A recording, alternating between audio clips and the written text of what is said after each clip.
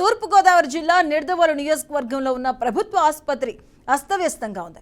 ఎంతో కాలంగా పేద ప్రజలకు ఉచితంగా వైద్యం అందిస్తూ రోగులకు అండగా ఉన్న నిడదవోలు ప్రభుత్వ ఆసుపత్రి నేడు వైద్యుల నిర్లక్ష్యంతో ప్రజలు అనేక ఇబ్బందులకు గురవుతున్నారని నిడదవోలు పట్టణ సిపిఎం నాయకులు జువ్వల రాంబాబు ఆరోపించారు. ఇక ప్రస్తుతం 30 పడకల ఈ ఆసుపత్రి త్వరలో 100 పడకల ఆసుపత్రిగా రూపుదిద్దుకుంటుందని వార్తలు రావడం చాలా హర్షణీయమన్నారు.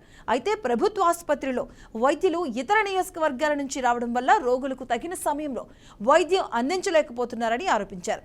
వివిధ విభాగాలకు చెందిన 8 మంది ప్రభుత్వ వైద్యులు ఆసుపత్రిలో పనిచేస్తున్నప్పటికీ ఒక్కరు కూడా నిడదవేలులో నివాసం ఉండకపోవడం చాలా విచారకరమని, ఇక ఈ నిర్లక్ష్యం వల్లే పేద ప్రజలు ప్రాణాలకు విలువ లేకుండా పోయిందని హెచ్చరించారు. సౌకర్యాల మీద చాలా సందర్భాల్లో మేము పోరాటం చేస్తూ వచ్చాము. కానీ ప్రస్తుతం ఇది 100 పడకల ఆసుపత్రిగా అప్డేట్ కాబోతున్న సందర్భంలో మరి ఇప్పుడు ప్రస్తుతం ఈ సిబ్బంది 8 మంది పనిచేస్తున్నారు ఈ హాస్పిటల్లో. సిబ్బంది డాక్టర్స్ యొక్క నిర్లక్ష్యం, పేషెంట్ల పట్ల అగౌరవంగా మాట్లాడటం అనేది ఇటీవల కాలంలో బాగా పెరిగింది. ఇక్కడ సమస్య ఏంటంటే ఇక్కడున్న డాక్టర్స్ అందరూ కూడా స్థానికంగా నివాసం ఉండడం లేదు.